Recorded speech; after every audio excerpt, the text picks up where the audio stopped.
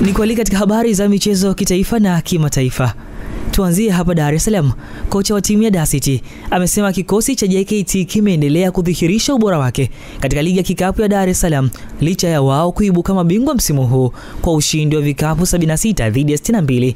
Dar City imeweka historia kwa kuwashinda JKT katika mchezo wa finali ya playoff na kutoa taji hilo. Mwezi uliobeza JKT nadhani ni timu kubwa, kongwe, bora, wameonyesha ushindani. Kwa hiyo ilikuwa ngumu kocha wao ambaye yuko upande wa pili, kocha ambaye ana mbinu sana. Kwa upande wa kocha wa timu ya mpira kikapu JKT Alfred Ngalalile amesema kuwa wamecheza vizuri, ila Dar City imecheza vizuri zaidi yao. Uwekezaji uliofanya wapinzani wao umekuwa silaha ya mafanikio waliopata. Kwamba tunaweza tukawa na ligi nzuri sana baadaye ikiwa baadhi ya timu zitakuwa na uwekezaji wa namna hiyo, kwa maana kwamba JKT imecheza kuanzia round robin, kuanzia round ya kwanza mpaka inaingia nusu finali, mpaka na finali leo haijafungwa mechi hata yoyote. Lakini tumeingia kwenye nusu finali, kwenye finali ndio tukaanza kupoteza mechi ya kwanza, mechi ya pili na mechi ya tatu. Lakini haya naweza kusema hatujapoteza kwa bahati mbaya. Tumepoteza strategically kwa sababu na uhakika timu kamili ingekuepo. Pangewaka moto hapa. Huu ni msimu wa 3 kwa Dar City katika ligi ya kikapu Dar es Salaam, na ndani ya misimu hiyo wamebeba mataji mawili. Hongera Dar City kwa ushindi na pole JKT kwa kupoteza taji muhimu katika ligi ya mpira kikapu. Salamu na amani ziwe nawe popote pale ambapo ulipo. Karibu na nikualike katika huu mchezo pendwa kabisa maeneo ya pwani ya Dar es Salaam, Kilwa, Tanga, Zanzibar, Lindi, Bagamoyo, popote pale ambapo ulipo. Mchezo huu huwa unachezwa na hapa na kukutanisha na mama zangu ambao wanaocheza mchezo huu wa bao. Tulikuwa tumezoea kushuhudia mara nyingi mchezo wa bao ukichezwa na wakina baba, mara nyingi mchezo wa bao ukichezwa na wazee, mara nyingi mchezo huu ukichezwa na watu mbali, lakini ni mara chache sana, naweza kusema ni adhimu kuweza kushuhudia mchezo wa bao ukichezwa na wakina mama.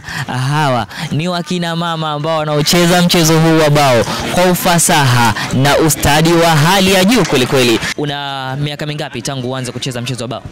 Na miaka mingi sana. Mingi. Muda mrefu sana. Toka kipindi kile bao linafungwa na nani na kufuli ile la kubana na kufunani. Ndio kwanza sisi. Kipindi hicho bao liko moja tu.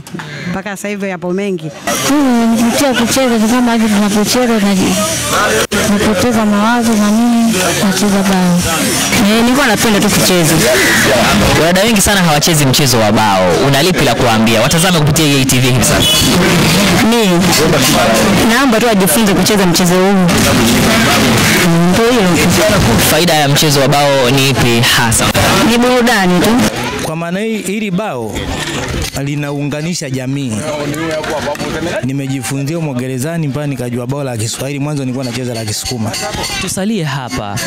Baada ya kuingia gerezani ndipo ambapo uliucheza huu mchezo. Na je, mchezo wa bao ndio ulikuwa sababu ya wewe kuingia gerezani ama yale ambayo yalitengenezwa kwako yakawa sababu ya kuingia gerezani, na baada ya kuingia gerezani ndio ukajifunza mchezo wa bao hili? Naam, ndio nikajifunza mchezo wa bao wa Kiswahili sasa. Mwanzo ilikuwa tunacheza la Kisukuma. Baada ya kuingia gerezani ndio nilikuta humo bao, nilijifundisha bao la Kiswahili na hatimaye nikawa nalielewa. Nimepita sehemu mbalimbali, nimeenda Zanzibar kule, nimeenda kushiriki mchezo wa bao kule.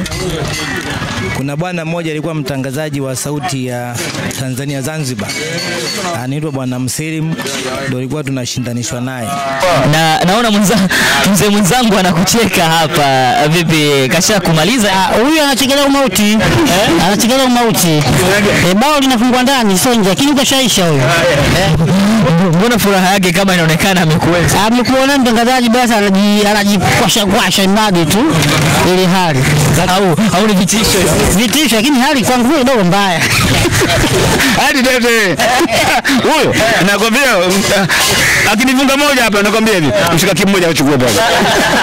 Mwanzo ulisema hivyo ukafungwa na mshikaki hujatoa. Hamna bao. Tumalizie michezo kimataifa kwa kutazama kocha mkuu wa timu ya taifa ya England Thomas Tuchel ametangaza kikosi kitachoshiriki michezo ya kufuzu kombe la dunia 2026 dhidi ya Wales na Latvia, mechi zitakazopigwa Oktoba 9 na Oktoba 14 kwenye uwanja wa Wembley. Tuchel amesisitiza kuwa maandalizi haya ni sehemu muhimu ya kuhakikisha timu inapata nafasi ya mapema katika michuano hiyo mikubwa duniani. Hata hivyo, majina makubwa kama Jude Bellingham, Cole Palmer, Noni Madueke, Tino Livramento, Phil Foden na mchezaji bora wa EPL mwezi Septemba Jack Grealish yametemwa katika kikosi hicho. Uamuzi huu umeibua mjadala mkubwa miongoni mwa mashabiki wa soka.